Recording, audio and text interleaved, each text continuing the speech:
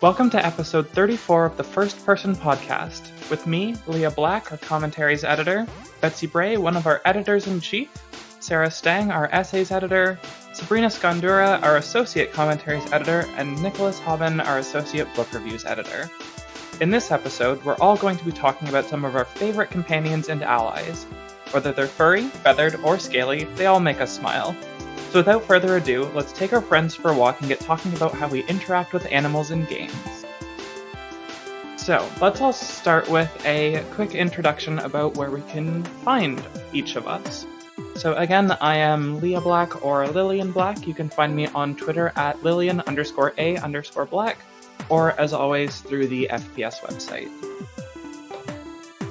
Back at it again. I took a small hiatus from podcasts, but it's good to be back. I'm Betsy Brey. You can find me on Twitter at Betsy Brey or Betsy Brey at firstpersonscholar.com. And I'm Sarah Stang. I'm the essays editor at FPS, as Leah said. And you can find me on Twitter at Sarah_Stang, or of course through the FPS website. I'm Sabrina Sgandurra. I am the associate commentaries editor, as Leah mentioned. You can find me on Twitter at Sabrina Alicia SG or on the FPS website. Hello, I'm Nicholas Hobin. I'm the associate editor of book reviews and interviews, and you can find me on the FPS website as well. And now that we've all managed our way through that fun shenanigan that I always make us struggle with at the beginning, let's actually get talking about some of these questions about animals in games. We, I believe, have a bit of a specialist with us here, don't we, Nicholas? I'm afraid so, yes. You're afraid so? That's potentially going to make for some interesting conversation. I'm looking forward to it. Oh, thank you. So I know this isn't formally a question that we are actually really wanting to get into, but when we start talking about animals in games, let's just do a quick once around the table. And what's the first thing that you think about when you think about an animal in a game? Anybody have any quick immediate reactions? Obviously for me it's Pokemon because I grew up in that generation. Yeah, I've been playing way too much D&D lately, so I've got like 2 D&D companion pets stuck in my head. But then I also started playing World of Warcraft again because, I mean, let's face it, we're all doing what we got to do to get by. Don't judge me. And for what were previously just vanity pets, you can like fight them now. So now I'm running around instead of leveling up my elf. I'm running around and like fighting like rats with my like baby dragon and leveling it up and like catching snakes and just running around in the woods. It's bizarre. I think of Nintendogs and Epona from Ocarina of Time, and a little bit of The Sims because I used to make my Sims have pets that would go to work, and a little bit of Maple Story, but that's a bit Triple income. Exactly. For me, I would say it's mostly RPGs that involve some kind of animal companion or mount. The big one that's on my at the top of my head right now is, of course, the Chocobo from the Final Fantasy series, because I'm currently playing the Final Fantasy VII Remake and had a conversation about where we debated the pronunciation of Chocobo. Wait. Where? How do you? Oh, where do you stand? Where do you stand? Well, it's Chocobo, obviously. Of course, it's Chocobo. It's not Chocobo? It's not Chocobo or Chocobo or Chocobo or Kokobo, heaven forbid. It would ruin Lord. the song because it's I want to ride my Chocobo all day. Exactly. So I've been playing a lot of Untitled Goose Game, which I'm sure everyone's seen floating around online. I am so excited. Mm-hmm. It's kind of nice.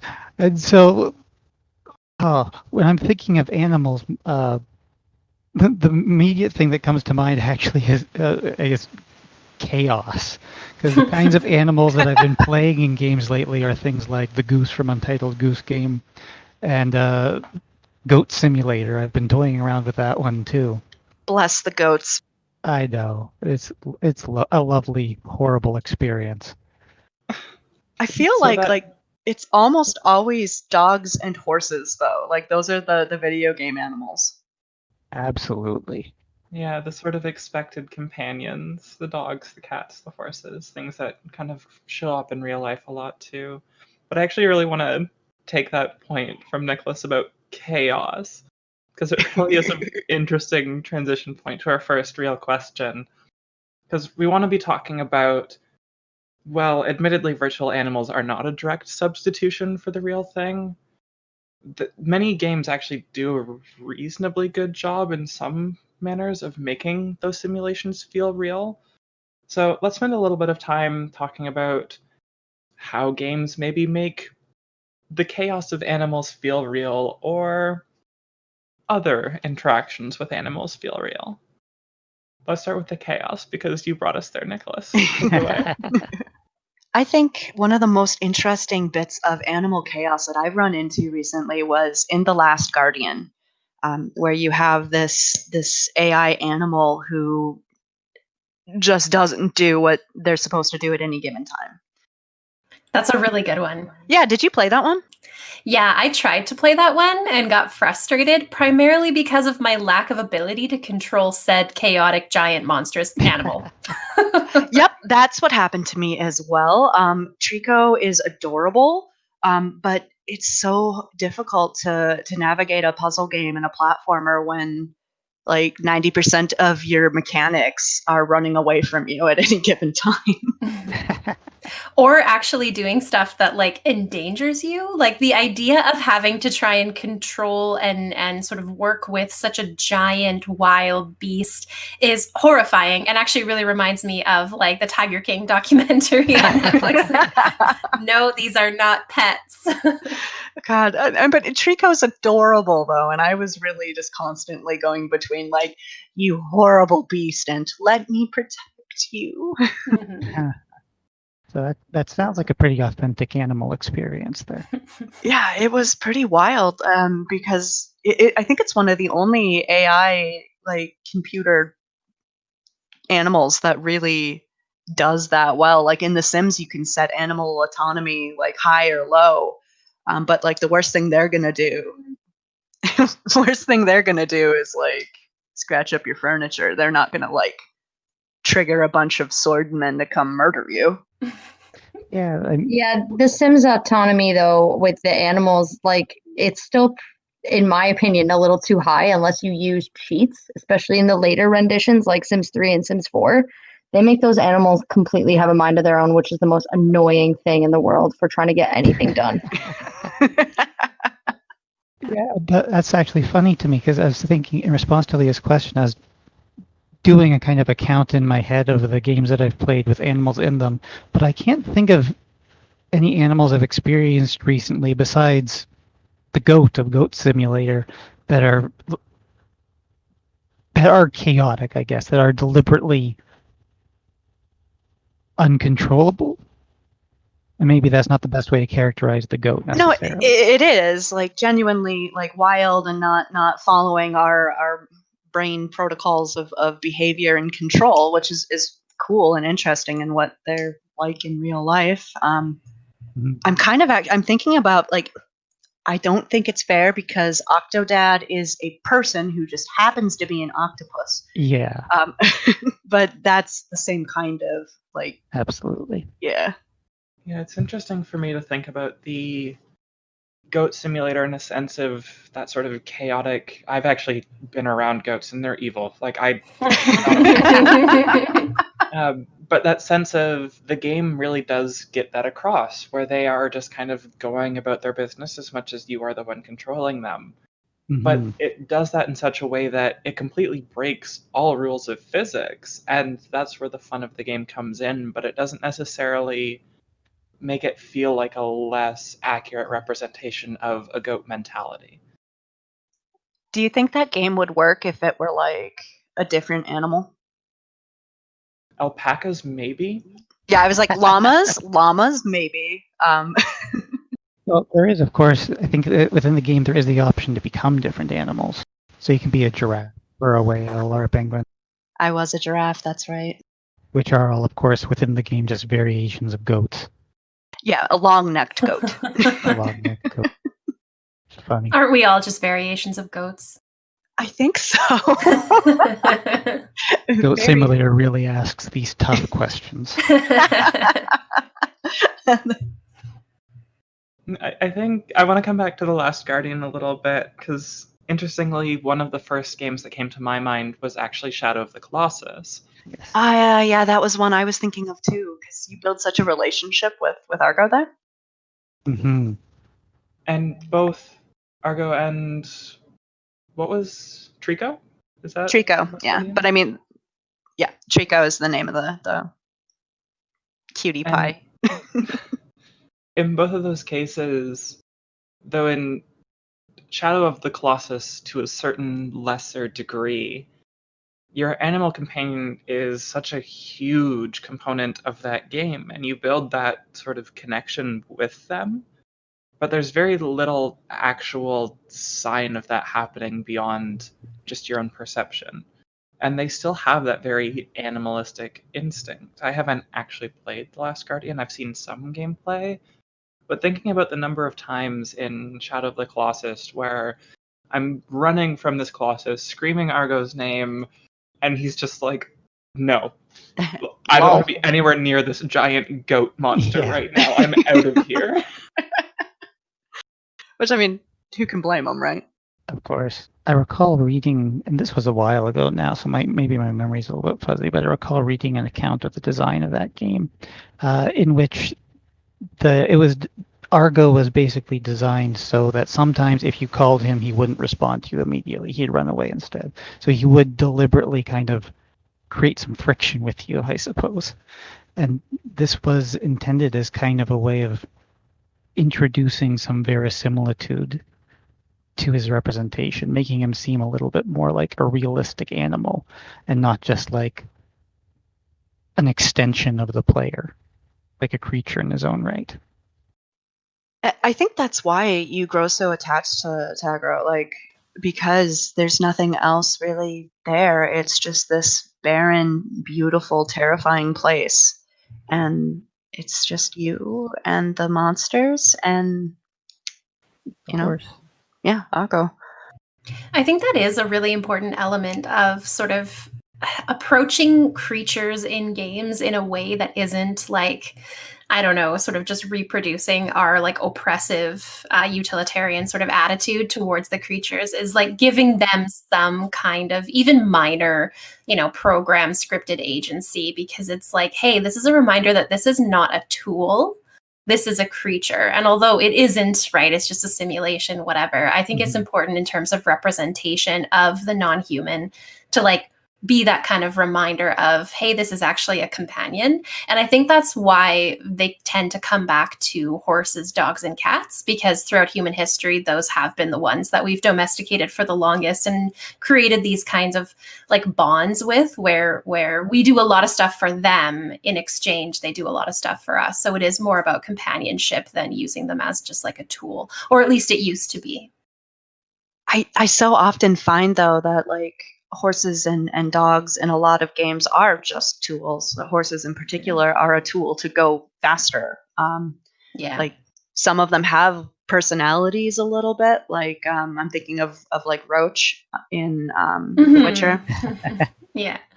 My horse in Skyrim forever. But that doesn't even have a name, Back when I first actually developed an interest in this kind of topic about digital animals, I was looking at a bunch of different horse representations at the time, and the two that kind of stand out in my memory were the horses of Red Dead Redemption and the horses of Lord of the Rings Online. And Red Dead Redemption, of course, at the time, it was really praised very highly for its representation of horses. They put like a lot of detail into these things, and then on the other hand, Lord of the Rings Online, the way that horses are a part of that, they're an important part of that, mostly in terms of like getting around. But the way that they appear in the game is that you have a little icon on the screen that indicates a button. You press the button, and you see your character rise into the air, and they assume the horse riding position, and the horse appears between their legs. So it's just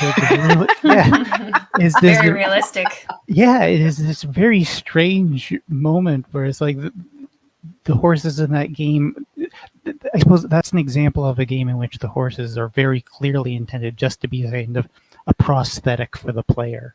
It's just like it's a way to extend the player's ability to move around the game world, sort of thing. It's kind of an interesting thing to put up in contrast towards these other. So a horse like Argo, for example. Yeah, it's interesting the kind of consideration of tool versus autonomy and even the transition between those two states. Like thinking Yes. back to Sabrina mentioning Epona, thinking Yeah. about Breath of the Wild, where you just walk up to a random horse in the pasture, jump on its back, and your entire goal is to break the horse in. Mm-hmm. And it goes from Mhm. having this free will running, trying to buck you off, and then all of a sudden it becomes that tool. It will basically just slightly roam around until you walk up to it again and get on and ride. Yeah, you literally have to dominate the horse and then let it ride you. And there's just like so many problems with that. I mean, like, Pokemon is entirely about that domination element. Like, that's the whole game. Yeah. They are both like I like how you were saying it, Nicholas. Like, they are prosthetic to give you abilities, Yeah. but you're also controlling them, removing them from whatever it is they were doing. You control everything about them. Like, Pokemon's a really disturbing game in terms of representation of animals, but I mean that's not really a new critique. Did anybody watch the anime, the Pokemon anime? Yes. I remember watching I watched it back when Pokemon was still a new thing, back in the days of yore. And I recall, and it's interesting to me the way that they kind of portray. There's a lot of rhetoric around the Pokemon. I find certainly in the anime and the media. I don't know if it's still in the more recent games because I've kind of fallen away from that particular franchise. But there is a sense of there's a symbiotic relationship that seems to exist between Pokemon and humans and the natural environment. And I find that kind of being represented in that rhetoric kind of being pushed all over the place within the franchise, which is it's an interesting thing to see, but it also I'm not sure it jives with, as you pointed out, this inherent mechanic within the game that the Pokemon are prosthetics for the people. They are tools Yep. that we can kind of jab at each other with. You literally ride on them, or Yeah. make them break boulders for you, or you sit on them. It's this kind of curiously idealized image of domestication. It's really interesting with the anime because they focus on this idea of friendship and the power of friendship, and you have to become friends with your Pokemon and get them to trust you and want to be your companion. But the thing is, you're still imprisoning them in little balls and forcing them to fight for you. Like it's almost like justifying the violence. Yeah, it's romanticizing it in a way, actually, and it brings up a lot of victim blaming rhetoric, strangely enough. And wasn't there a big deal in the first anime where Pikachu refused to go in the ball and just keeps hitting Ash with it? Yeah, he does not want to go in the ball, and he sort of for quite a while in the anime anyway. He's sort of hostile towards Ash, like actually hurting him. And it's comic, of course. Of course. Yeah. Well, I mean, eventually Ash earns Pikachu's trust, so there's that. But all the other Pokemon aren't given that kind of screen time. Usually, it's just maybe one episode of quote unquote character development. Well, and it's interesting too because in the newer Pokemon games, I think this mechanic started in X and Y. You can take your Pokemon out of the ball and play with them and pet them and gain their trust and love. But you're capturing them before that. They don't know you or like you before you capture them. And in X and Y, throw yarn balls at them. Feed them cupcakes, I think. Maybe they're more like macarons. I don't know. In the new one, in Sword and Shield, you make curry with your Pokemon standing around waiting for you to make dinner, and you have a couple of toys, and they play with each other and with you, and it's really strange. One thing that is really disturbing about Pokemon, just in that regard, is that we see, at least in the anime, there's like at least one episode or a couple episodes where you actually like see things from the Pokemon's perspective, and you learn that they're fully sapient and can speak to each other in like a full language. Yeah. And so it renders the whole idea of keeping them as pets, prisoners, tools, even if you treat them well, you're still treating them as lesser, when actually they seem to be just as intelligent and sapient as humans. And it kind of ties back to that idealized domestication thing, because it creates the implication that this kind of unequal relationship is completely voluntary in both directions. Also, I feel really weird petting and playing like yarn balls with legendary Pokemon. It's like, here, you two, have a nice bit of catnip, you know? Well, and that kind of feeds into that idea of them as intelligent, equal, and if they have their own literally legendary, somewhat godly in a way Pokemon. You literally catch the Pokemon that is God in one of the games. Like, it's literally God. And toss around a yarn ball with him. Yeah, like go pet his face. I mean, given a chance, I would probably pet God's face. Who wouldn't? I don't know. I think I might go with the yarn ball route instead. Oh, goodness. But I mean, isn't that what Nintendogs is entirely? Not God's face, but just like dog faces. I haven't played Nintendogs. Nintendogs is amazing. I'm just gonna say that much. Can you tell us a little about it? Yeah, so like the thing with Nintendogs is that it's actually okay, so it's somewhat annoying but somewhat great. Because you're constantly using different types of mechanics to actually you have to pet them, you have to show them love if you want them to do certain things. So for instance, you can make them do obedience trials, agility trials, things like that. And if you don't show your dog love and affection, it takes a lot longer for them to be trained to do those sorts of ability trials and whatnot.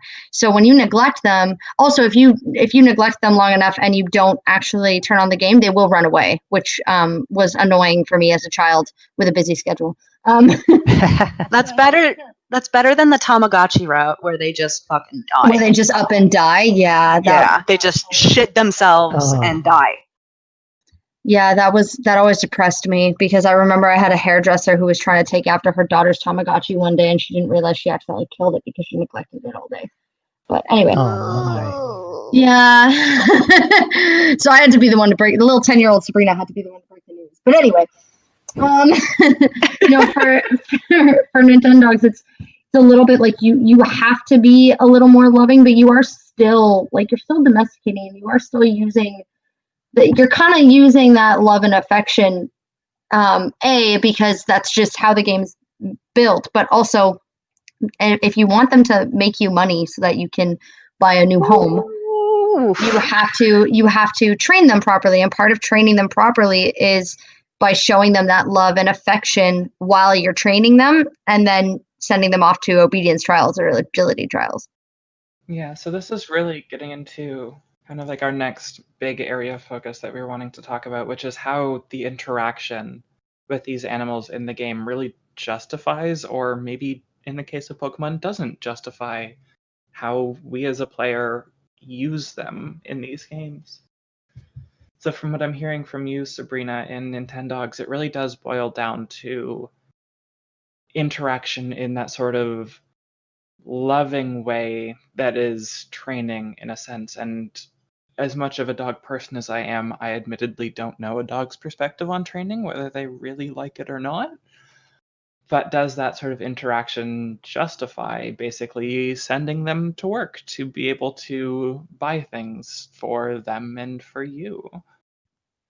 I feel like yes. But this also just makes me think of, so in Nintendogs, you can have up to 3 dogs at once, but you can also send dogs to the kennel so that you can buy new dogs and then kind of rotate. And the problem though is that when you do send them to the kennel, they get really sad and then they kind of get mad at you for the next few days when you take them back. Hey, that's So fair. Yeah, absolutely. So I feel like the game has certain mechanics that sort of build in, like you need to be loving and you need to be affectionate with these virtual creatures. And it's not just so that it's justified in like when you decide to send them to the obedience trials or the agility trials, but it's also just kind of forcing you to understand, to some extent at least, that dog ownership in real life would not allow you to just rotate dogs through a kennel. So, and it I don't know how to say whether it justifies like using them for to make you money, but also it punishes you if you're not, like, if that's all you're doing, basically. Because if you only want to make money, then the fastest way to do it would be to rotate through all of these animals so that you can redo all of the classes and the trials over and over and over. I can think of a number of games in which you're required to interact with the animals in some way, as a way of just for example, off the top of my head, I can think of Red Dead Redemption 2, Legend of Zelda, Breath of the Wild. And these games both have horses that you can get, and horse which with you must build a relationship. Mm-hmm. And I find that in games like this that kind of promote this building of relationships with animals, there's kind of this performativity involved in it. The way that you improve your relationship with the animals is by performing the role of a master and pet kind of thing. So with the horses, for example, that I've cited, you don't improve the horse's happiness by letting him run around and feeding him delicious things. You improve the horse's happiness by petting him, or by brushing him, or not doing things that are you don't improve his mental well-being by letting him be a horse. You improve his mental well-being by letting him be a pet, if that makes sense. What does it mean to be a horse? But yeah, that only a horse could know. But yeah, that dynamic is interesting because it is sort of still human-centric, kind of essentialist in a way, where our best understanding of what it is to enjoy life as a horse is still defined by people. I've made kind of the observation in the past in in other conversations that a lot of it's probably a bit of a truism actually, but everything that goes on within a video game has to be a little bit anthropocentric, because everything has to kind of relate back to the player somehow. So if it's not directly, if it's not important to the player, if it's not given meaning to by the player, then it's just not going to make it into the game. And I think that's it's been pointed out to me that that's something you can say about a lot of different media. I think it takes on an interesting form in digital games, because of course with digital games they tend to direct people's behavior, and so the games kind of in some way they tend to shape the way we are acting towards the objects we're seeing on the screen. And so digital games are interesting when it comes to animals, because they tend to kind of guide us into acting out these kind of unequal power relationships between us and the animals we're encountering. Yeah, I think one of the more, I would say, in like emotional but also problematic relationships between an animal and a human player that I've seen recently was in the newish Blair Witch game. Did anybody play that one? I have not. No. I'm the horror game junkie around here, so I figured. But basically, like, you're playing as a former police agent called Ellis, who is, he has PTSD, of course, because games love that. They love their unreliable narrators due to mental illness. That's like the favorite thing. Anyway, but he has his service dog, Bullet. Yes, the companion's name is Bullet. But the mechanic is if you let Bullet get too far away from you, you basically start to hallucinate. But also, if you don't take time to be good to Bullet, he'll be a dog and like run off. He's not super well trained. And the way that you treat him changes the way that you interact with the entire game. At the same time, who in the hell is not going to give the adorable dog a treat? Like, there's no reason not to. I mean, you can, like, I spent most of the time just being gonna pet the dog.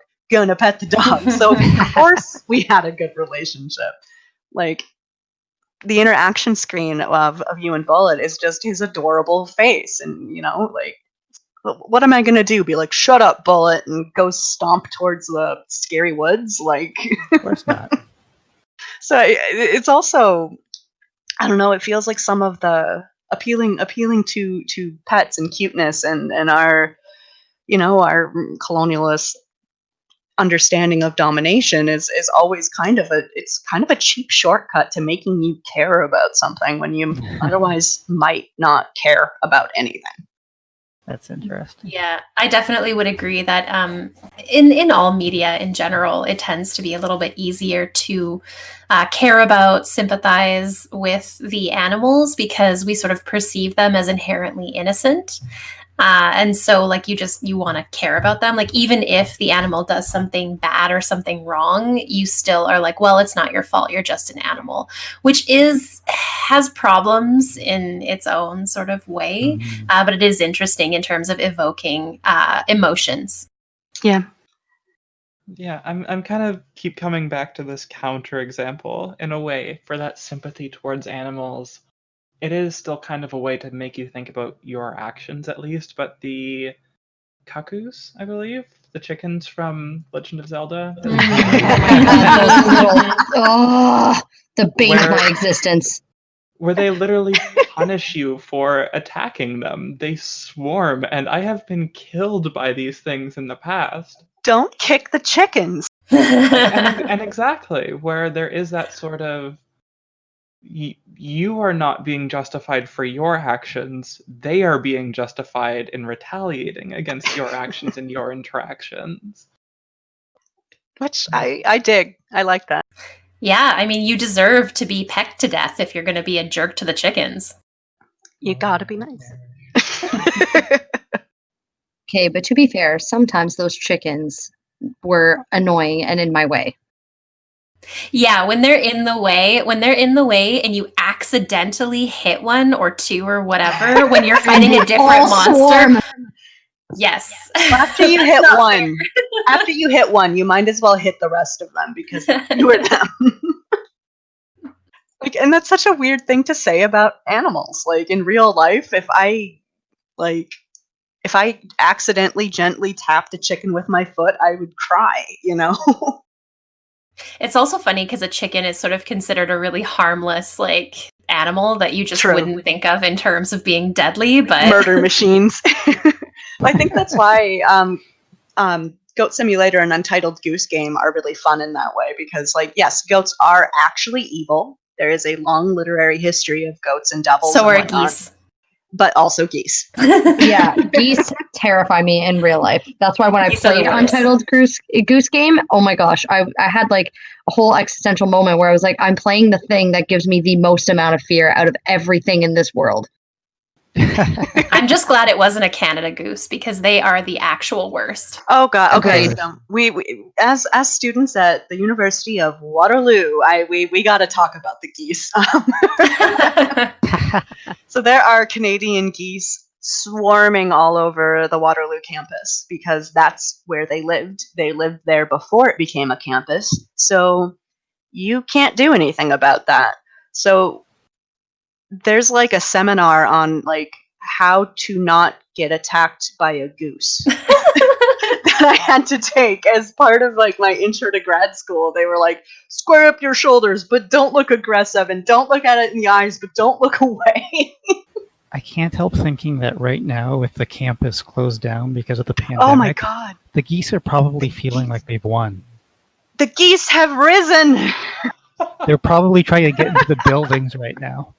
I mean, that hasn't happened since one of those geese broke the window in the English department or whatever. Wasn't that a turkey? Ah, shit, it was! I bet Turkeys the geese, are also scary. I bet the geese threw the turkey. Yeah, the geese terrified a turkey into jumping through. I think it was a second-story window. It was a second-story window. Girl. Anyway, so yeah, Untitled Goose Game holds a especially strange spot in the hearts of all you Waterloo students because, like, you can't trust a goose, but it's kind of nice to be the goose once. Yeah, and it seems like an interesting sort of comeback game in a way for all of the ill treatment of animals in a way, or at least the kind of Well, it's prosthetic definitely, treatment, like Nicholas was saying. yeah, it's definitely permission for chaos granted kind of a thing, and just go wild on all of the ways that humans would, demand or expect wild creatures to behave. Interesting little thing about that is I was mulling over actually in the past in preparation for CGSA, which regrettably was canceled because of the circumstances. I was mulling over the Goose of Untailed Goose Game and wondering why it wasn't a Canada goose or something that was typically considered to be a pest, I guess. What do you call it? Occasionally beautiful when seen at a distance and then possibly endangered and protected pest, but a pest nevertheless. Very fluffy babies too. Very fluffy babies. Oh, they're adorable. So it's adorable. Horrible. It's horrible how adorable they are because they'll murder you. The goose in the game is actually a domestic goose, so it's a domesticated species, right?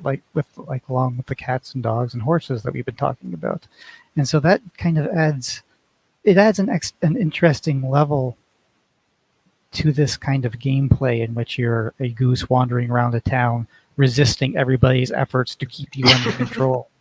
All right. I was just going to say that the idea of the goose being this domesticated goose and also like maybe more aesthetically pleasing than a Canada goose, depending on your stance, is sort of part of why I felt like the townspeople didn't just like run you out of town. Cause like you probably belong to someone. Like there's some farmer on the edge of town who like technically owns you and they're like, oh, yep, there's Farmer Brown's goose again.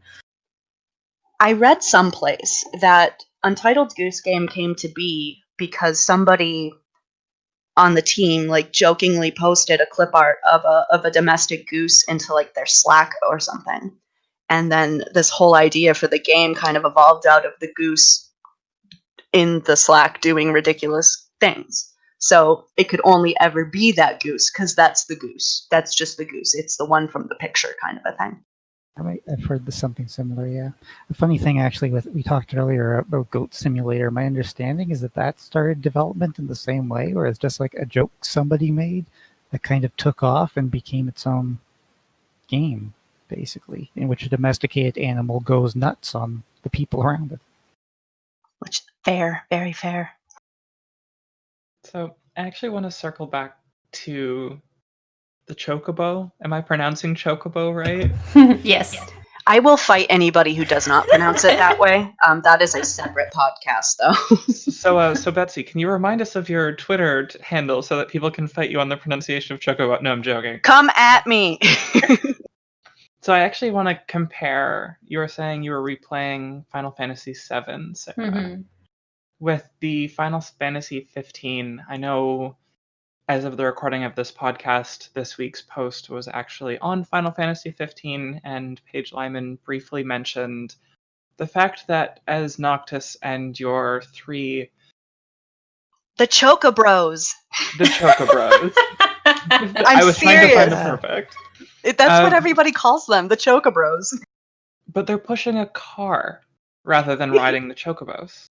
And that sort of interesting resistance in a way to what would normally be that kind of role of the animal, especially in the Final Fantasy series, where so often it is something like a chocobo that you walk around on. Well, the car is a weird kind of symbol of like patriarchy and particularly kind of masculinity. it reminds me a lot of ways of in like the Supernatural TV show. You can only talk about feelings while sitting on the car, kind of a thing. The And, car like, that's called Baby and gendered female. I know, right? But this one, I forget. Oh God, I am the worst. I haven't played 15 for years, but I played it and I did actually really like it. I complained about it in a previous podcast, actually. But the car, the Regalia, there we go. It's Noctis's dad's car, so it's like a symbol of like dad power structure, king responsibilities. And it's funny that they start it by pushing it because it's later in the game you can ride chocobos when the entire all of society has collapsed and you're just running around with your chocobros doing hunts for money. As one does when society collapses. Yes, Yeah, entire family. Oh, sorry. I was just going to say it's an interesting kind of metaphor then, the mechanical, human-constructed metaphor for the patriarchy, the weight of society, and then the chocobo as that sort of freeing influence that I think through a lot of the games we've been talking about, animals really represent that sort of resistance to the common human strain in a way. Yeah, if I could talk a little bit more about chocobos, since this is Yeah. sort of like not obsession, but so it's interesting how the chocobo sort of functions in a lot of the Final Fantasy games in terms of you never play a game where you are only riding the chocobo.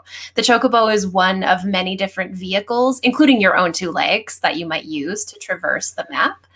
But often what happens is the chocobo is used either for a specific purpose, because like in 7, it's the only creature that you can use to cross a certain area, or it's used specifically for side quests, like in 9, where you're using it to do like treasure hunting, that kind of thing. It's also used as a summon. And there's a certain sense for me where riding the chocobo is just more fun. Like you can ride your airship and you can walk and you can maybe drive a car or ride the train or depending on the game, whatever other vehicle. But the chocobo, when you ride the chocobo, you get the awesome chocobo music and it's so much more fun. Chocobo all day. Exactly. It's like, and you periodically hear it chirp with like its little quee noise, and it's just like the best. It's actually like in games that often sort of fluctuate between very heavy and very silly, the chocobo is definitely a moment of like lightheartedness. Even if, you're using it to traverse dangerous ground or whatever, it still feels nice and comfortable and safe and warm and fuzzy to ride the chocobo. And they talk about that in 15 a lot. Like that, that's entirely the thing. And they even do like a cute little meta moment where one of the characters, while riding a chocobo, sings the theme. Aww.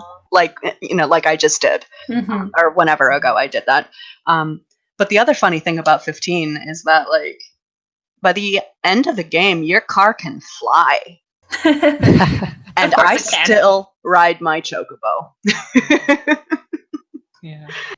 So moving on just a little, because I really want to push on this chocobo thing. Sarah, if you were to adopt any virtual pet in real life, would it be a chocobo?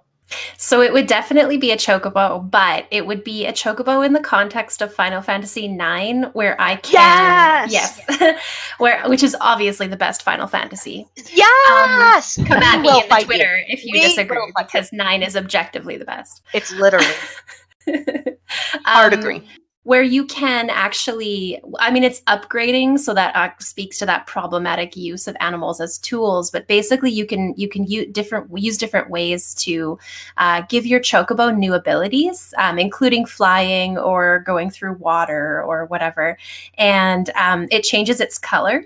And so I ideally would want a chocobo where I could have like its color change based on if I need to cross water or fly or whatever. Because I think that a color changing chocobo would be like the greatest pet to have ever. I will add that the chocobo in 9 chooses to go with you. Yes. Does choose, and it is on its own quest to upgrade, so it can get to Chocobo Heaven, which is not a resting afterlife place. It's literally just like it's like a Chocobo Town. It's like but a cool Chocobo cloud place. Yeah, it's like they're cool hangout kind of a place. But it is called Chocobo Heaven. I just wanted to make sure it's clear that they don't die. But yeah, it's like Choco is choosing to go with you because it's mutually helpful. Like, Yeah, you're friends. you are friends, and I love it. And I think Choco looks I really love Choco's light blue color. It's really pretty. Yeah. So, am I right or wrong in guessing, Betsy, that you'd also like a chocobo? Oh God! After all the shit talking we just did, I think I'd want a Pokemon. Just because, I grew up wanting a Pokemon so bad, and if I could have a Pokemon in my life that just wanted to hang around me, like how my cat treats me, like my cat loves me, so she's nearby sometimes. That would be really cool, but I wouldn't want to just. I'm no Team Rocket member, okay? Close second would be the Chocobo, though. Yeah, I feel like we're going to be kind of backstepping a lot when we're talking about what sort of pets we want compared to what we've been talking about from that sort of academic stance. Well, I know, I understand the ethics and the morals and the rhetorics of Pokemon are problematic, but also the idea of a super cute little friend.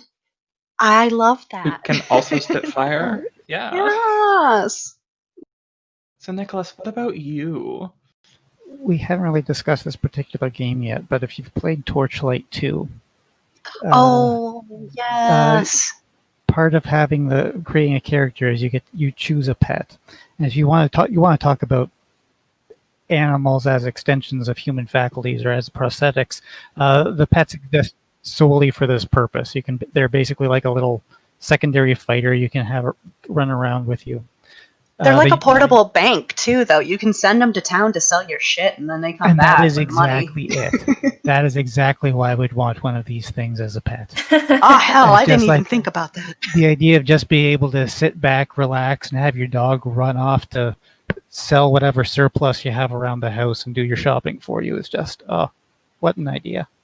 I think I usually would opt for a ferret wearing goggles when I was playing Torchlight 2, because why wouldn't you want goggles on your companion? Of course. I'm just visualizing that now. And yeah, I can't think of a better pet than a ferret with goggles. I know, right? Maybe a winged ferret with goggles and one that doesn't smell. But now we're Can just I have getting... a Chocobo with goggles? Yes. Of course. Okay. Awesome. There we go. Okay, we figured it out. Brina, what would you have, Brina? This is going to sound really strange, but as much as I would love Epona, it's going to be tied for either one of the pets off Neopets or the dog from Fable 2 specifically. Oh Fable my 2. god. Fable. I forgot about Neopets. They're still hungry. They're still hungry. So I had to stop playing Neopets because it was screwing with my computer. So I still there's still a part of me that dearly misses them and wants to care for them, even though I had to stop playing it. Oh, Sabrina. I didn't mean for it to get sad. Yeah, there's that sort of parental in a way, that caretaking nature to a lot of the kind of pet relationship that I think a lot of us, if not all of us in this conversation, have the considerations that we have for these virtual pets that we would like to have in real life, especially where it is something that does have a little more free will, something that is taken care of and interacted with, not so much as a domineering way, but in that sort of equal companionship. Ferret with goggles running to the bank for you of its own free will, because it's going to, of course, take some of the money and buy some snacks for itself on the way back. It gets a cut. Yeah. What would you pick, Leah? I've been looking at this question for a couple weeks now, and I still don't have a good answer. Because on one hand, obviously the Pokemon would be amazing. The first time I played Pokemon, I went with Torchic and Combusken Blaziken. Aww. And I really connected with that Pokemon, other than the Yeah. fact that it would set my entire house on fire. Well, I mean, that happens sometimes anyways. But as Of I've course. been replaying Persona 5, or continuing to play, I'm over 100 hours into the game and I still haven't finished it now.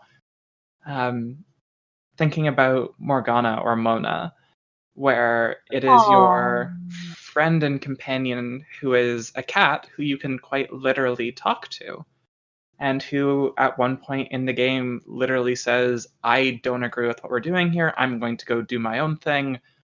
And then takes off. And they take off. And makes a new eventually- friend. Exactly. And then they Gotta come back and win say, 'em you know back." what? Our goals align right now, so I'm going to stick around. So that's kind of where I'm leaning, is a pet who has their own thing going for them, and I'm not the most important thing in their life, and that I know that. So yeah, a talking cat.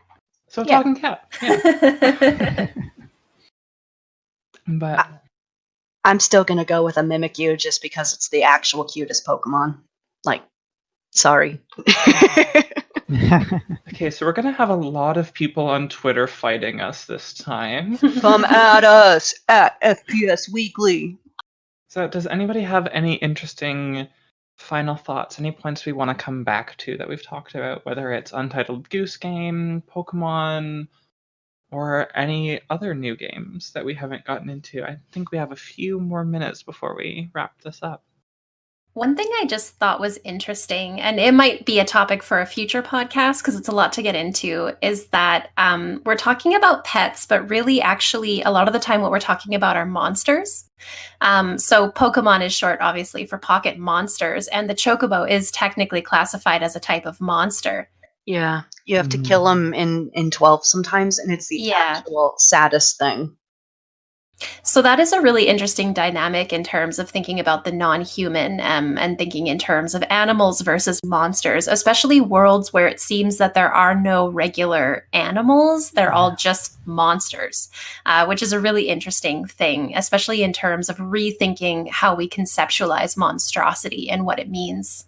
Absolutely. For my research, I've tried as best as I can to stick to just quote unquote realistic animals, like animals that you can find in the real world that have been lifted into games. And it's hard. It's hard to kind of work around fairy tale animals and anthropomorphized animals and monstrous animals. It's amazing all the different ways animality kind of works its way into our games. Yeah, I mean, for some reason, the plants are pets too, right? Yeah. The first thing that comes to my mind is actually plants when we start talking about the distinction between pets and monsters, especially in something like Final Fantasy, where the only distinction between a plant and a weed is whether you want it there. And it really feels to me like it boils down to that in Final Fantasy, particularly like Betsy was saying with Final Fantasy 12 and the Chocobo, where if you want to be riding one, it's your pet. If it's in your way, you take it out. It becomes a monster. And again, it kind of comes down to that anthropocentric world view of it. There's this curious thing that I found where if you have an animal that you want to take on a big role in the game, what often happens is that they start making it act a little bit more like a human being. If you have a plant that you want to take a more active role, you have it start acting like an animal in some way. So you can be playing Dungeons and Dragons and run across a bush that wants to kill you and slit your throat or something. I would like to interject that in World of Warcraft, I have a pet pumpkin. Thank you. There you go. I mean, you can also ask about the cactar in the Final Fantasy series. Is it an animal or is it? They're so cute. Yes. Until they kill you. But I love in 10 where you get to go around and like finding them and stuff. Yes. Too many nightmares from 10 with the cactus. I mean, fair, but also 1,000 needles. So, if there's any point to leave off, that seems like a good one. So, first of all, thank you all for sitting down and taking time. This is, of course, being recorded in the time of quarantine, so we're all in our own little corner of the universe talking into a computer screen, but it's nice to have you all there, so thank you for joining. Thank you. Thank you. We love you. Thank you. So let's do one quick more. You can find me at Lillian_A_Black on Twitter, and I am Lia. I'm Betsy. You can find me on Twitter at Betsy Brey. I'm Sarah. You can find me at Twitter at Sarah_Stang. I'm Sabrina. You can find me on Twitter at SabrinaAliciaSG. I'm Nicholas. I might have a Twitter account, but I will be hard to find there, so try the FPS website instead. So, as always, especially in times like this, thank you all so much for listening to us talk about animals, our interactions with them, and who we might want as our furry, feathered, or scaly friend. Let us know what you might like as a virtual pet in real life, and what some of your favorite roles with animals are in games you've played. You can find us at FPS Weekly or start a conversation using the hashtag FirstPersonPodcast on Twitter. First Person Podcast is produced by Giuseppe Femia, with support from the Social Sciences and Humanities Research Council and the Games Institute at the University of Waterloo.